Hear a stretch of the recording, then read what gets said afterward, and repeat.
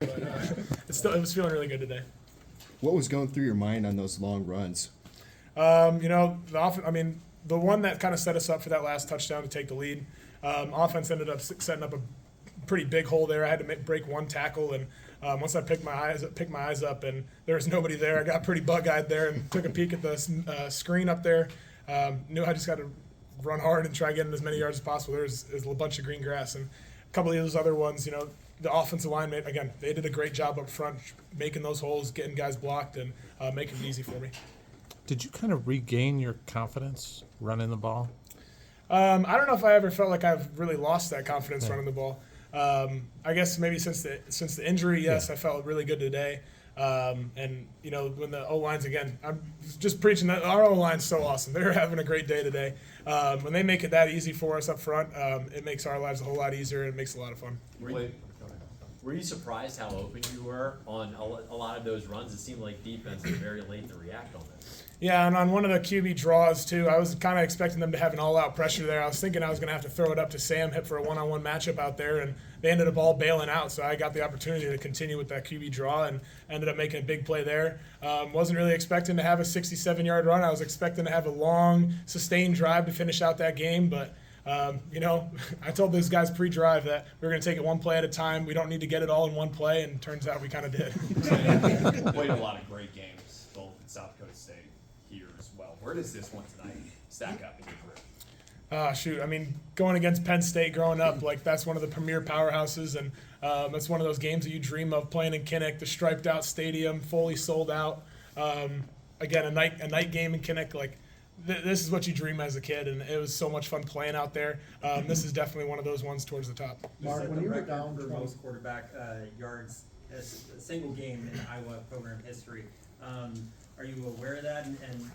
I had no idea. I'm going to be honest, I had no idea. Don't ever plan for that, and there wasn't that many run concepts for me to run, but when we are successful on some of those plays, it ends up happening. That final play, was that your call to keep it? Me and Lester have been talking about that one for a long time. If you look it up, there's a play that Syracuse ran a couple years ago, had an awesome fake, just like that, had a guitar fake like Aaron Rodgers always does. And when he told me, I was the only one in the huddle that knew it. Nobody up front knew it, and ended up making a great play out of it. It was fun. You ever talk to Garrett Schrader about that play? He's the one that did that. I have not talked to him about that play. Mark, when you were down 21-10, you guys seemed to turn it up a notch. Mm-hmm. Is that true when you guys were behind? Because it seemed like the intensity came up. Yeah, and it was tough starting out the second half when we don't get the ball and they go down and score right away. I kind of just kept telling our offensive line, telling our running backs, receivers that we got to bring the juice, bring the tempo, be fast in and out of the huddle. We can't lay down against this team, that we got to keep coming at them, keep attacking. That's what we did. We ended up having a great response after that drive, made that game 21-16, and we kind of just kept rolling as an offense after that moment. So you and Les. What's making your running game so effective, particularly yourself, but also Kamari Moulton, who was a half yard shy of 100-yard games?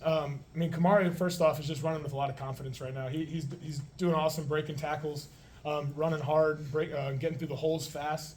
But, again, we have one of the best offensive lines in the country. They're creating big holes for us up front. They love running downhill. They're an athletic bunch. They're super strong. So they're moving guys up front, too. They're getting a push every single play. So when you can get guys that are blocking 2-3 yards already downfield, and we're already guaranteed a 3-yard gain, it makes it really easy for us. So the way that Penn State ended the first half and the start of the second half, how do you kind of keep that mental, stability, not let them totally just shut the door on the game?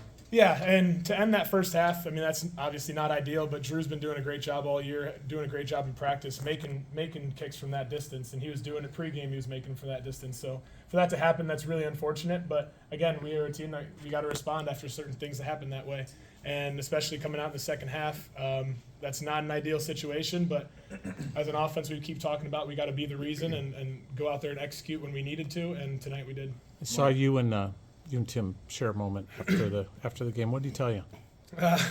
I'm gonna be honest. I don't know what was going on. I was kind of so juiced up. I don't even know if he said anything, but it was more of just a LFG. I'll just leave it at that. It was a lot of fun, and it was just good to see him out on the field after. I didn't expect him to be down there. He said once we got that first down, he started sprinting down out of the press box, so we didn't even see the kneel.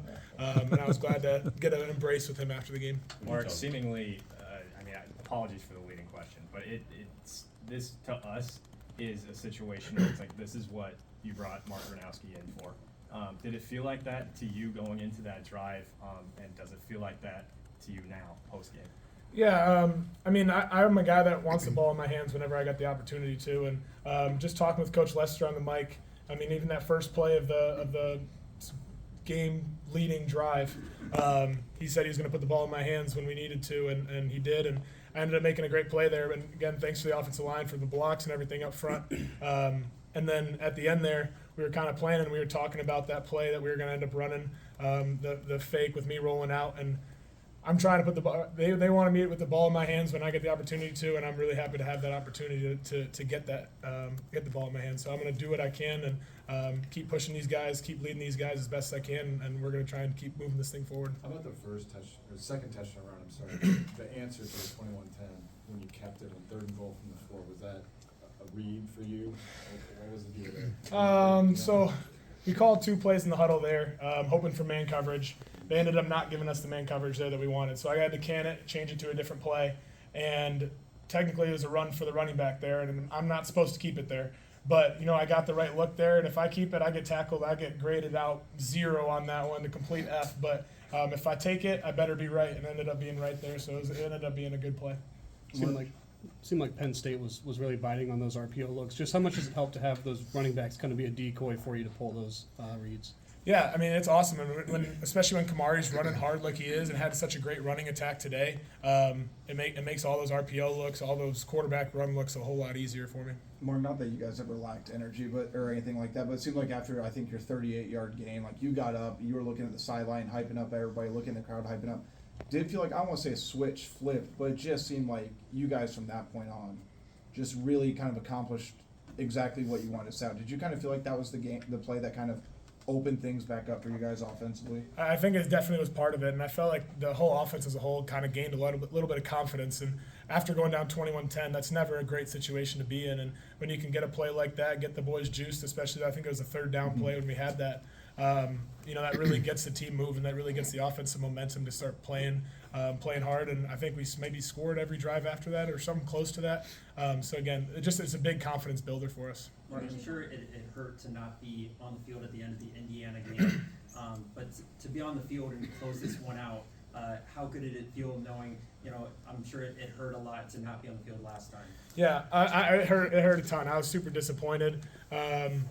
And not being out there is one of the worst feelings. You've been working so hard with all those guys, and to not play there, not finish that game, it really sucked. But to be out there again today and be able to finish this one with an awesome crowd in front of us, and I got to give a shout out. That Penn State team came out ready to go today. A lot of people were counting them out today with the coach firing and all the noise that was going on there. But those boys came ready to play, and they had an awesome day up front, I thought. And their safeties, their DBs had a great game as well. Only 68 passing yards tonight. What does this pass game need to do to get movement, and what was holding it back tonight?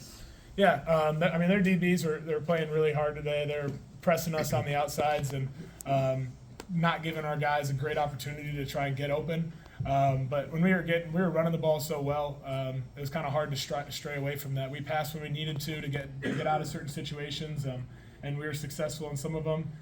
But if we're running that well, we're going to keep doing that. Has Cohen called you playoff? You mentioned the confidence that you guys have right now. After a shutout win over Wisconsin, you get a comeback win against Penn State. What is this confidence level like for this team right now, and how can it continue to grow?